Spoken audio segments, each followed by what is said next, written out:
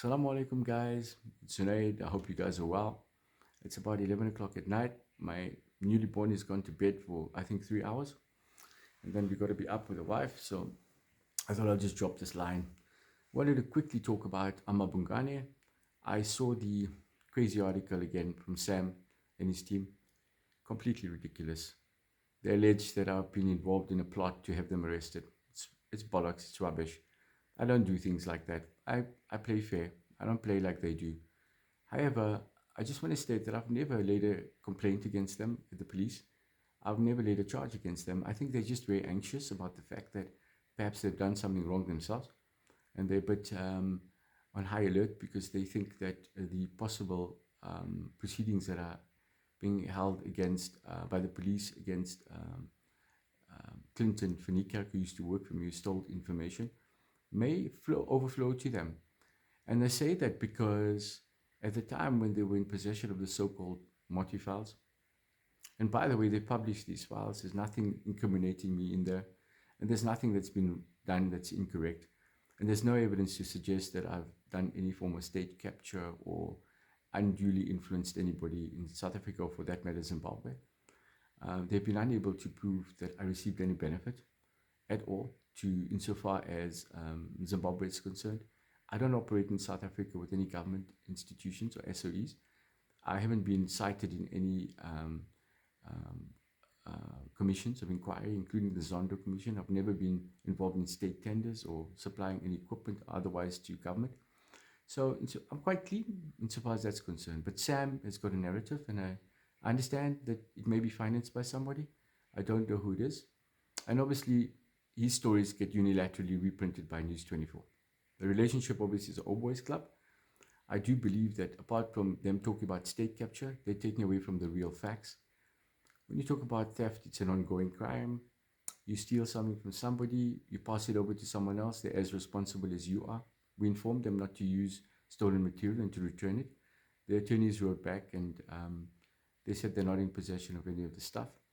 And all of a sudden, a week later or so, they print the stuff that they were never in possession of. Amazing. But be it as it may, the issue is that I'm also coming to understand that there's a possibility that independent media has actually been captured, and that the information that you see every day in the media may not exactly be the information which is truth, that is true. People have agendas, and in certain circumstances they could be political. In other circumstances it could be financial.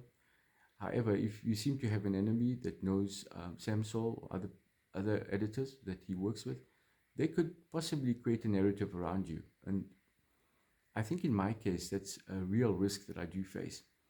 The reason I went into social media is to be able to give my opinion on these issues. For me, I am really believing in the fact that there are a hell of a lot more great editors out there, as well as great journalists out there whom I support. And I love reading the news. I love reading the articles. I learn a lot from it. But there are a bunch of scoundrels as well, like Sam, who like to create hype around nonsense and create and spread information that's not correct. Now, he's done a bit of good work as well, to be fair to him. But in this case, I think he's on a wrong trend of understanding what's been happening and what's been going on along the way. And I'd like for us to understand that along the way, while I'm investigating this thing, I'm starting to realize exactly who Sam is. There's a lot of information that's come to light. It'll be interesting to share at some stage when I think it's necessary. There's a 3-part episode still to come on the 10-part episode I promised. It is quite interesting.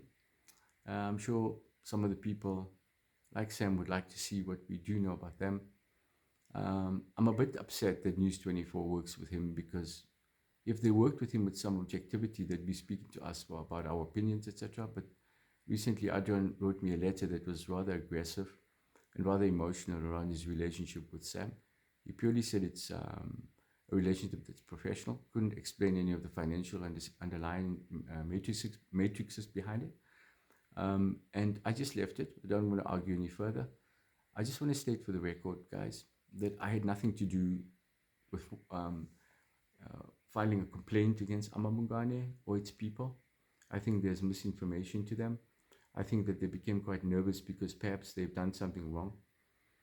And I think in the future only we'll understand what that wrong has been and who needs to take responsibility for it.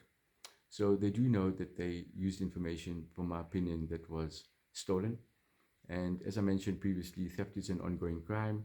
So if you pass stolen product to someone else and they do have knowledge of it, they have a right and responsibility to return it. It's wrong that Sam goes and hides behind every other journalist and looking for empathy and looking for support where it shouldn't be given. Theft is theft. Journalists have a right to write what they think, give their opinion, etc. And I think that's fair. I also think that the Constitution does protect journalists, and it should, because they have a right to inform the public about issues that pertain to the public. We're an independent company. I can't imagine how we are so involved that the public need to know about my mother's death certificate or my children's birth certificate, all the other information that was stolen.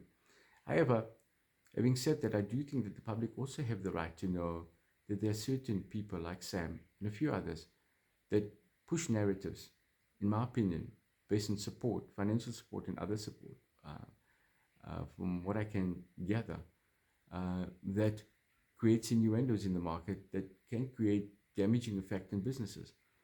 For the youth out there, part of this program is for us to understand that we also have a constitutional right. Everyone does, to have a say, to have our opinion, to give our opinion, the freedom of speech. It doesn't just exist for journalists, it exists for us too. So the social media platform is an opportunity for us to ventilate those, because if you go back and you answer as best and however you want, a lot of these people just disregard your answers and give their narrative. Having said that, the 2 points I quickly want to address, I don't want to take too much more of your time. And that's the fact that certainly Sam and them must have done something wrong to be worried that they will be arrested. I have nothing to do with it. I've reported the perpetrator in our business who worked for us, who stole material, and I reported the theft to the police. They investigated it. I have done nothing and given no statements about Amabhungane. Haven't been involved in anything to do with them being arrested. Interestingly enough, their Attorney May from Johannesburg, he went on the radio today creating, once again, a further innuendo. I don't know this guy. Quite honestly, I don't care who he is. But the truth of the matter is he's also the attorney of Clinton van Niekerk, who stole the information from me. And all of a sudden, it appears, from what I can see, that he's now the attorney of Sam Sol and his team. That's no coincidence. That can never be a coincidence.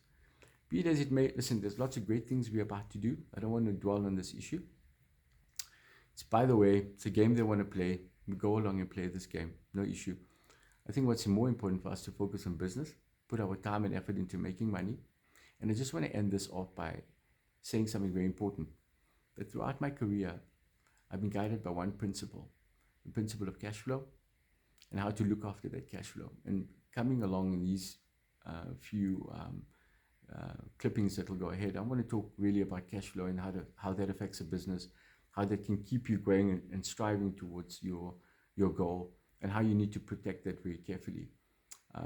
Overall, it's been a fantastic day. I hope you also had a good day, and I hope you don't believe these lies that these guys are spreading, and give every person an opportunity to have his say, despite the fact that he's sometimes not a journalist.